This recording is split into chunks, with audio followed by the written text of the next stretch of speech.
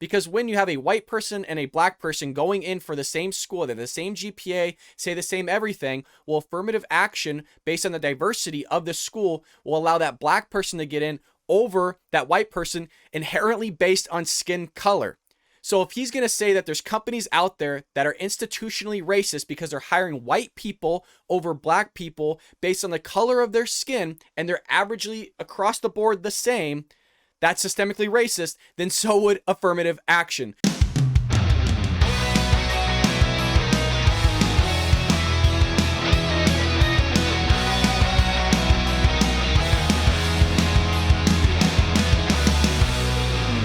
Welcome to the Bald Brad Show. Before we get into our story today, please take a moment right now to hit that like and subscribe button. It really does help support the channel, and it also allows us to grow here at the Bald Brad Show, so your help would be greatly appreciated. And with that being said, our story of the day comes from our friends over at Blaze Media. It is written by Phil Shiver, and he titles it, "Professor Makes Average White Student Stand Up and Lecture, Explains He Has Inherent Benefit Over Black Student No Matter What He Does." Well, what is kind of the backstory of all this? And I got two clips to show you. It says here, Dr. Sam Richards, a popular sociology professor at the Pennsylvania School, was attempting to demonstrate the effects of systemic racism last month when he executed the unusual classroom illustration. Here's a little bit of a clip of it. And what that means is the following. I just take the average white guy in class, whoever it is. It doesn't really matter, dude. Dude, this guy right here. Look, stand up, bro. What's your name, bro? Russell. Look at Russell here. Russell has, Sean, I'm making your argument for you, right? Look at Russell right here. Just doesn't matter what he does. If I match him up with a black guy in class, or a brown guy even, but let me just stay with a black guy in class who's just like him, has the same GPA, looks like him, walks like him, talks like him, acts in a similar way, has been involved in the same groups on campus, takes the same leadership positions, does whatever it is. If I match him up against that person, we send him into the same jobs upon graduation. He's done everything he's supposed to do, and the person I match him with has done everything he has been supposed to do. He's supposed to do at Penn State, right? They tell you, right? Do it, man. Go see your advisors and go do this and go do internships and if you did this, if Russell did the same things as just the next somebody else I find in this classroom, and they go through 4 years here exactly together, Russell has a benefit of having white skin. What I find interesting about this clip is, well, a couple things, but first being the fact that this professor is basically making the case that affirmative action is racist and the institutions that implement affirmative action are systemically racist. Because when you have a white person and a black person going in for the same school, they're the same GPA, say the same everything, well, affirmative action based on the diversity of the school will allow that black person to get in over that white person inherently based on skin color. So if he's going to say that there's companies out there that are institutionally racist because they're hiring white people over black people based on the color of their skin, and they're averagely across the board the same, that's systemically racist, then so would affirmative action. So the left are eating themselves based on their own ideology, going with affirmative action not being systemically racist, whereas companies hiring somebody based on race is systemically racist. Is anybody else seeing the problem here that I'm seeing?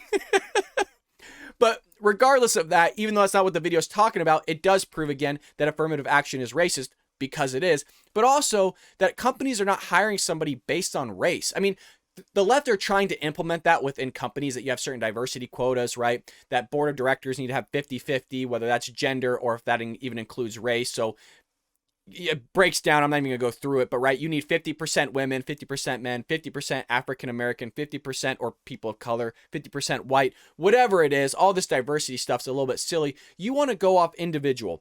You should hire the best person that's the best fit for the job. The amount of melanin that's in your skin is irrelevant. It is not a part of the equation, but the left keep it as part of the equation because they need to try and promote their critical race theory. They need to try and promote that there's companies and institutions out there that are systemically racist. The second you remove that, their whole argument falls apart, or at least a portion of the argument falls apart.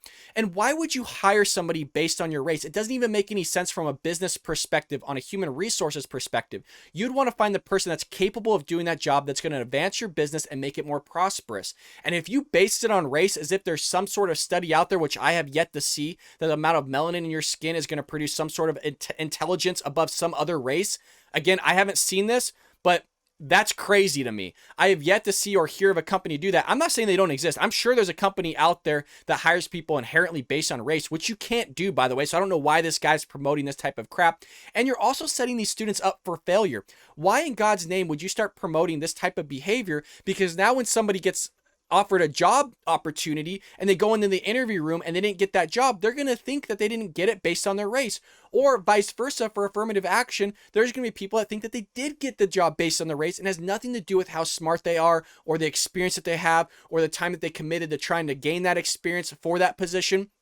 So it's all around bad. It's nothing good for these students, but the left don't care about it. They want to keep promulgating these ideas to these students so that when they come out of the school, they can promulgate them to other people, and then you have a snowball effect and you have a massive problem. Well, moments earlier, this same professor brought a black student and a white student up in the front of class before point blank asking the white student what he thinks about his privilege. Let's go ahead and see this. Bro, how's it feel knowing that push comes to shove, like your skin's kind of nice?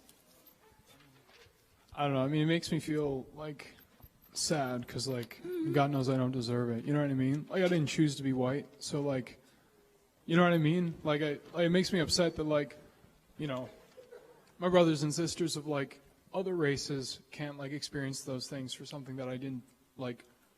You know, I didn't do anything to like deserve that. You know what I mean? So like, I don't know. It just makes me upset.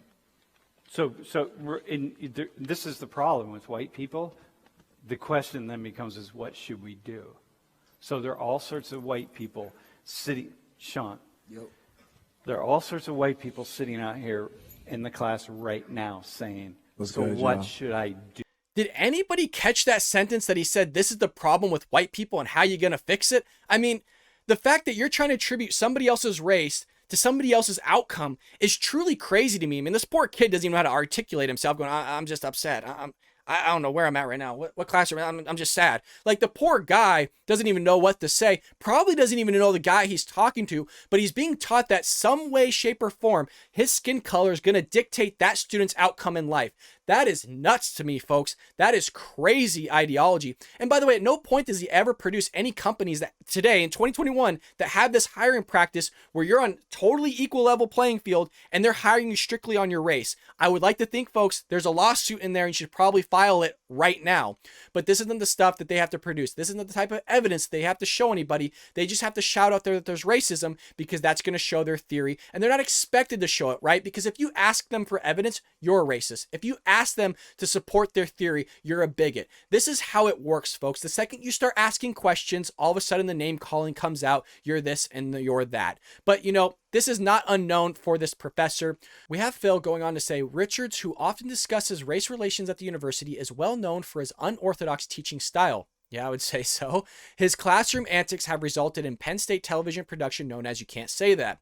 Based on clips used in the show's trailer, Richard is well accustomed to espousing controversial views in outlandish ways. The ones highlighted in this article are only the tip of the iceberg. I can only imagine. I can only imagine.